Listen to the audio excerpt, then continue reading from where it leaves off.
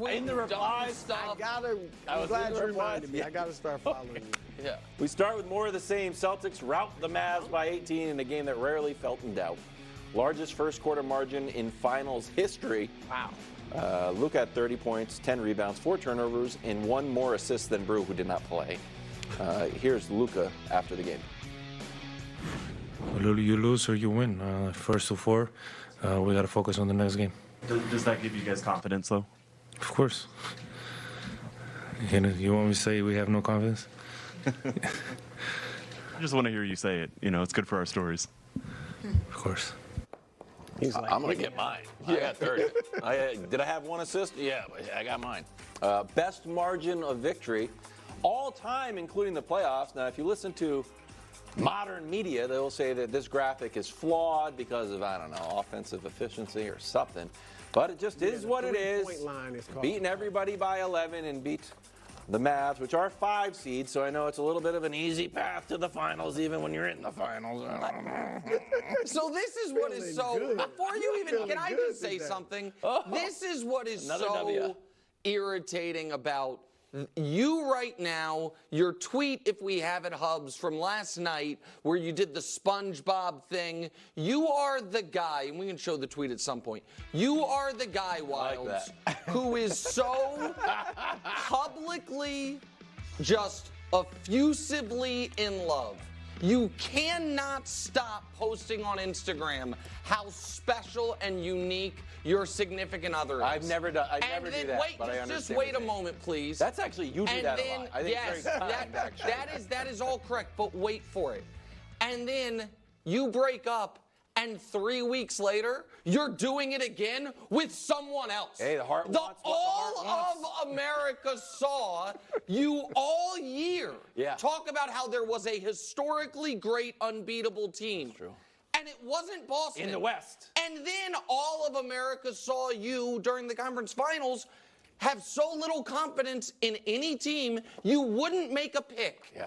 And now you have been on Boston for 6 days. You're not deterring him at all. Right. And you're on Boston for 6 days, and you're like, there was 8 months of data. What do you want? I was a widower. It's not credible. And now I'm in love again. But go ahead and ask your question. Sorry, Brew, but it's just I'm just enjoying the back and forth. Did the blowout loss make you nervous? So it didn't make me nervous, but I was impressed, Brew. Oh. I thought Boston had a truly excellent two-way performance, despite their alleged best player playing poorly. Now it's alleged. And that is, well, we'll see at the end of the series if Jaylen Brown has something to say about it. Like, that's not but what I thought Boston was exceptional. I thought they had used the 9 days smartly, developing a strategy to really pick apart not Dallas's weaknesses, but Dallas's tendencies. They see that Dallas throughout the postseason has collapsed to the ball rather than leaving defenders, letting them play one-on-one, and Boston said, perfect. You know what I mean? We don't really even want to get to the rim. We want to pretend we're getting to the rim and then kick out. And defensively, Boston's strategy of, we have seen the lob stats. How no team in the playoffs has more than 10 lobs, except for the Mavs, who have damn near 60. And we are shutting the water off on that. And we are not going to treat Luka like he's the most dangerous offensive player in the league, even if he is. If Luka gets 30 or 35, we are going to deal, and we're not going to let other people get involved. That's coaching. That's execution. That is, to me, defensively, Brew, a testament to the fact they don't really have a weak link defensively of those 5 guys. That's right. And so I was very impressed by Boston. I'm not worried because I think the Mavs will adjust, and I think Luka is so far and away the best player in the series. He will win a couple games by himself. But I'm not taking a thing away from Boston because I thought on both sides of the ball they were exceptional, and it wasn't as simple as they hit 1,000,000 threes. They hit 16 threes, which they did 50 times this year. I agree. Boston was great, so I don't want to take anything away from him. But no, I'm not worried at all. As a guy that picked the Mavs in 6, this is what the Mavericks do. What are they under Jason Kidd in game 1s? 1 and 6. And I remind you, Just a couple months ago against the Clippers, game 1, they lose by 12. They trail by as many as 29 points. And Brew was and wearing Kawhi sunglasses. Leonard wasn't even playing. Yeah, that's right. Right? It looked a lot like last night. The second round, Oklahoma City, they lose by 22. They trail by 25. In both of those series, they adjust. They win 4 of the next 5 games. Okay. So this is what they do. Secondly, and we're going to get to him, I don't think Porzingis is going to do that every night. All right, he was phenomenal. And I know, like I said, we're going to talk about him, but he's not going to do this every night. His last series against Miami before he got hurt, he had 2 really good games and 2 really poor games in which he shot 2 for 14 in the 2 bad games. All right, so the other 2 games were great. The next 2 games, he shoots 2 for 14. So he's going to be up and down, I think. And Boston, they're due to give up this next game because they gave up game 2 against Miami. They gave up game 2 against Cleveland. And they are not great at home in the playoffs. 18-14 in the last 3 years in the playoffs at home. 12-8 under Missoula. So Dallas is fine, but they were impressive last night. They did what they should do, Boston. Okay. Let's completely disarm this because what they're saying is just not fully accurate. I mean, it's technically accurate on the surface, but we have to unpack this. Let's talk about it. Okay. Now, I'm in no way saying that this series is over at all. I'm not even predicting that the Celtics are going to win, although it obviously looks like that after that game 1. But let me tell you why this is different for the Mavericks. Because I've been saying this for a while now, and the Mavericks are definitely better than what I originally thought they were. But I kept saying that the Mavericks aren't as good as a lot of people think they are. And Luka is unbelievable, one of the best players in the NBA, without a doubt. But this is what happened. This has been their journey. They played the Clippers, an old, injured team. They were able to beat them. Okay, and I thought the Clippers still could have won, but that was with a healthy Kawhi. But Kawhi wasn't healthy. We all know what James Harden does in the playoffs. And then what do you want, PG-13 to just put that whole team on his back? It's just not possible. Then it was against OKC. OKC proved to be young. They proved to not be able to handle that moment. They could have beaten the Mavs, and then SGA had a terrible foul to end the game, which could have went to game 7. Then who knows? But the Mavericks proved to be more resilient in that series and proved to be more mature, more composed, and understanding of the moment, which again is maturity. And so the Mavericks were able to take advantage of that. Then they played the Minnesota Timberwolves, who had a tremendous amount of momentum, but were also exhausted from their 7-game series against a brutally difficult emotional ride of the Denver Nuggets, and absolutely just ran out of gas. And his youth showed too, as well, right? Like he kind of disappeared. He was exhausted. He was kind of getting high on his own supply too much, and that proved. And so again, the Celtics were then able, or the Mavericks were then able to take advantage of that. Even though that was a very close series. I know the games didn't match up, but the games itself, except for the one game, the last game for the Minnesota Timberwolves versus Mavs, was indeed a close series. But the reality is that defensively for the Minnesota Timberwolves, God, they had to just empty the clip, do everything they possibly can to just try to make it hard for the Mavericks. And it looked like they were just like kind of failing every single possession. And offensively, they had to work brutally difficult, brutally just to get a bucket, just to get a shot off. I mean, it just like wasn't happening. Now let's compare that to what the Celtics are doing. The Celtics completely flipped that script because they are in their prime. They are mature. They're not too young like OKC. They're not injured like the Clippers. And they're not too old like the Clippers. They're deep, which Minnesota Timberwolves are not deep. And there you go. Now you have the Boston Celtics. You have Brown. You have Tatum. You have Porzingis. You have Drew Holiday. Right? You have bona fide winners. Players with true experience, either winning the NBA Finals or getting to the NBA Finals. You have a core that's been together now for a while, or at least a handful of players that have been together for a while, with a very easy plug and play Drew Holiday, who can pretty much enter a team that he's like he's been there for 5 years. Really, the big question mark was Porzingis, and now he's passing with flying colors.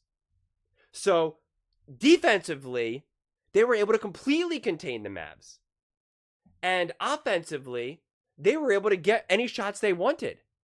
The Mavs looked like they were in disarray. And Brew wants to talk about Porzingis having a good game and a bad game, and a good game and a bad game. But that's Kyrie Irving. You never know what you're getting with Kyrie. Kyrie has been wildly inconsistent. Just half to half, he's been inconsistent, which is very difficult when you're playing alongside that. It just is. If you have no idea when Kyrie's going to be able to pick it up, it's very confusing when you're a role player. And even it's frustrating even for another star like a Luka, because he's just kind of thinking, oh man, can you not wait for the entire first half to pass before you start putting up points? Because it's just too much of a burden. You need to have that shared responsibility. That's what happens when you have a Jaylen Brown and a Tatum. They know that it doesn't have to be 100% one player all the time. It's that shared burden. Because you have other pieces. You have Holiday. You have Tatum. You have Brown. They're just a deeper team. They're starting 5. Even if Luka is the best player on the court, their team is deeper. They have other greater players. Just them coming off the bench is greater for the Celtics. So that's why those previous examples of what the Mavs have done falls on deaf ears, and I don't think it's completely applicable. Because the Celtics are different than any of those other teams. They're not young, they're not injured, they're not immature. They're actually deep. They can absorb some issues, like an injured KP, and still win. That's the difference. And the Mavs have not faced that this playoff season.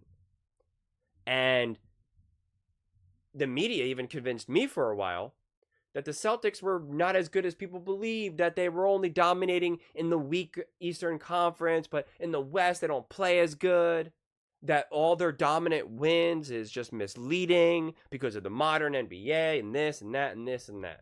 And I started to be convinced by it. I started thinking it was going to be the Denver Nuggets, and this was months and months ago.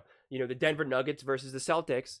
And then I even said I made a video probably around February or something, March, where I said, listen, even if the Celtics lose to the Denver Nuggets, it's not that big of a deal. They're coming into a juggernaut. You shouldn't slash and burn the Celtics. Tatum shouldn't be ridiculed. Brown, it's just they went up against a better team. What can you do in that? And I was already kind of downplaying the Celtics, but the reality is that they are a great team. They are technically a historic team. For whatever reason, people don't want to give flowers to Tatum. They don't want to give flowers to Mazzulla. They don't want to give flowers to Brown. They don't want to do it. And I'm not entirely sure why, quite honestly, because they're all great players, both on and off the court. They all have great personalities. They don't cause trouble. They're exactly what the fans and the NBA should want to elevate. You want the players like the Tatums to win. But instead, we sometimes gravitate more towards the jerky, trash-talking, angrier players, or the players who are getting in trouble off the court, right? We literally talked more about Ja Morant than Brown or Tatum. And I think that's sad, quite honestly. I'm going to be like an old man here, but it's just the Celtics is exactly who we should be propping up and be excited that they're winning. Obviously, if you're a Mavericks fan, you're just like, dude, shut up. What are you talking about? Which I get. You're a Mavericks fan. But again, in no way do I think, though, the question was, blowout loss make Nick nervous? I mean, listen, I don't think the Mavs are just going to roll over. Could the Mavs get swept? I could technically see that. If what I'm saying is true, my original thesis is true. Do I think that's going to happen? No, because I do think Luka is that special. And I understand Porzingis did come out the gate and was just ferocious. And I said this before. I think this was probably before the Mavs closed out the Timberwolves. And I'm not sure if it was said in a video or in the comments. But to me, it all hung on, will KP be healthy? Will he be healthy? Will he be healthy? And I do now stand by that. If Porzingis is healthy, and everyone's healthy for that matter, the Celtics beat the Mavs. But if Porzingis goes down for just a game, a two, even a half, that could be enough, because Porzingis is needed. He is a rim protector. I mean, he was sunning Kyrie. I mean, like, these guys thought that they were going to posterize him, and he was just like, bro, let's not act like I'm some scrub. I mean, he was acting like he was a #1 overall pick. He was acting like he was a first ballot, bona fide, all-pro, Hall of Famer, superstar, all-star, first team, every accolade, MVP. I mean, like, seriously, it was like, and it was insane. I was like, what is this? Like, even this caught me off guard. So, and if the Celtics continue with that, I don't see how the Mavs would be able to overcome that. They would need like 40+ point games from both Kyrie and Luka. And I'm not seeing that happen. And Kyrie was completely disgruntled, was completely flustered, which we know happens to him. When he played in the Garden, the crowd is so over top of him that we saw him famously like give the fingers, and he was like making faces at them and stuff in the playoffs. And I pointed that out before. Now, I grant he has matured a considerably amount since then. I concede that completely, that he has matured. But he was like, he was flustered. And that's indisputable. And I'm not going to say that he choked, because I hate when people say that. Because when you choke, it's a very specific thing. He did not choke, but the moment did prove to rattle him, right? There's a difference between choking and rattling. He got rattled. He changed his game and tried to be one-on-one, tried to do too much to try to be like, that's right, I'm going to shut this crowd up. And he got away from what he had been doing prior that led the Mavericks to be so successful. Now, whether or not he can fall back into that, it'll be interesting. Again, I'm not expecting Kyrie just to completely vanish and disappear for this series, because I don't think he's that weak-minded. But he was clearly rattled. Also just had an off game in general, which again happens to everyone. And it matched up perfectly with KP having a great game. But again, don't expect Tatum to score as many points, right? Like, it's just like this whole idea that we can just like reduce KP's influence on that game and just say, well, see, that was a difference. I mean, it wasn't. It helped, but then again, well, if we're gonna play this like, you know, magic moving pieces around, then it's like, okay, well, we'll reduce Porzingis, we'll bump up Kyrie, we'll pull back Brown, then the Mavs win. And it's like, well, now we're just playing science fiction over here. We're just making stuff up, because KP could take a step back. We can bump up Tatum. Now Tatum and Brown are going shot for shot, point for point. So it's just that idea I just don't fully buy in. So, but I think this has been an exciting series. I was excited. At first, I was expecting the Timberwolves to win and go to the finals, and I thought that would have made a really exciting series. But once it was clear that the Mavs were going to win, I started getting exciting for the series as well, because I knew Kyrie, obviously, going to Boston. It's always fun when the crowd really hates another player and it's so loud and they're booing. Like, that's fun. It just adds some excitement to watch, right? They either succeed in that moment and they shut the crowd up, which is cool to watch, or what happened the other night when clearly Boston won. And then same thing with Porzingis, now going back to Dallas, although it's not going to be as hostile, at least it shouldn't be. So I think this is actually a really fun series. A lot of great young players, new faces of the leagues, and just a lot of interesting storylines.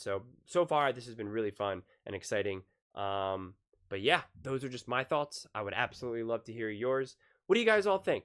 Do you think that this blowout loss should make I don't care about Nick. Do you think that this blowout loss should make the Mavericks fans or the players nervous at all? What did you think about the game one? Do you think it was more about the Mavs playing bad or the Celtics playing good? Let me know in the comments below. I read every single comment, so whether you agree with me or disagree with me, either way, let's get in some discussions, let's get in some fights, but ultimately, let's just have some fun. And please do consider subscribing. We are building an amazing community here, and I would absolutely love to see you part of it. I want to build something that we all genuinely feel connected to, something that we're really excited to be part of. I think we're well on our way to doing it. And please don't forget to give this video a thumbs up, as it really does help with the visibility and the algorithm. Thank you so much. See you next time.